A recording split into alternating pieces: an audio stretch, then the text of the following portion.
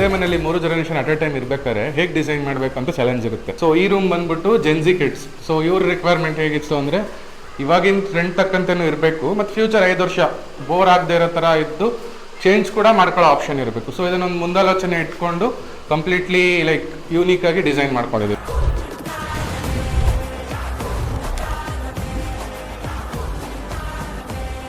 ಇವಾಗ ಇವರು ಹೈಸ್ಕೂಲಲ್ಲಿ ಇರೋ ಕಾರಣಕ್ಕೋಸ್ಕರ ಅವ್ರಿಗೆ completely dedicated work space create ಮಾಡ್ಕೊಂಡಿದ್ವಿ. ಸೊ ಫ್ಯೂಚರಲ್ಲಿ ಇನ್ನೊಂದು 5-10 ಇಯರ್ಸ್ ಡೌನ್ ದ ಲೈನ್ ಇವರಿಗೆ TV ಯೂನಿಟ್ ರಿಕ್ವೈರ್ಮೆಂಟ್ ಬರ್ಬೋದು. ಸೊ ಅವಾಗ ಏನಿಲ್ಲ, ಲೈಕ್ ವಾಲ್ ಯೂನಿಟ್ನ ಕಂಪ್ಲೀಟ್ಲಿ ರಿಮೂವ್ ಮಾಡಿ we can place a TV over there. Red board concept ಅಂತ ಬಂದಾಗ ಇಲ್ಲಿ ನಾವು ಸಿಂಪಲ್ ಆಗಿ ವಾಲ್ ಪೇಪರ್ ಮತ್ತು ವಾಲ್ ಬಿಡಿಂಗ್ಸ್ ಯೂಸ್ ಮಾಡಿದ್ದೀವಿ. ಏನಕ್ಕೆ ಯೂಸ್ ಮಾಡಿದೆ ಅಂದರೆ both are cost effective material ಮತ್ತು ಈಗಿನ ಟ್ರೆಂಡ್ ತಕ್ಕಂತೆ ಇರೋ ಮೆಟೀರಿಯಲ್. ಸೊ ಫ್ಯೂಚರಲ್ಲಿ ವಾಲ್ ಪೇಪರ್ ಮತ್ತು ಟ್ರಿಮ್ಸ್ನ ರಿಮೂವ್ ಕೂಡ ಮಾಡಿ ರಿಪ್ಲೇಸ್ ಕೂಡ ಮಾಡ್ಬೋದು. ಈ ರೂಮ್ನ ಫೈನಲ್ ಫಂಕ್ಷನಲ್ ಯೂನಿಟ್ ಏನಾಗಿದೆ ಅಂದರೆ ಲೈಕ್ ವಾಕ್ ಇನ್ ವಾರ್ಡ್ರೋಬ್ಸ್ ಇರುತ್ತೆ. ಸೊ ವಾಕ್ ಇನ್ ವಾರ್ಡ್ರೋಬಲ್ಲಿ ನೀವು ನೋಡಿದಂತೆ ಯೂಸ್ ಕ್ಲೋತ್ಸ್ಗೂ ಪ್ರೊವಿಷನ್ ಮಾಡಿದ್ದೀವಿ. ಸೊ ಇವರಿಗೆ dedicated dressing area cum storage cabinets plan ಮಾಡಿದ್ದೀವಿ.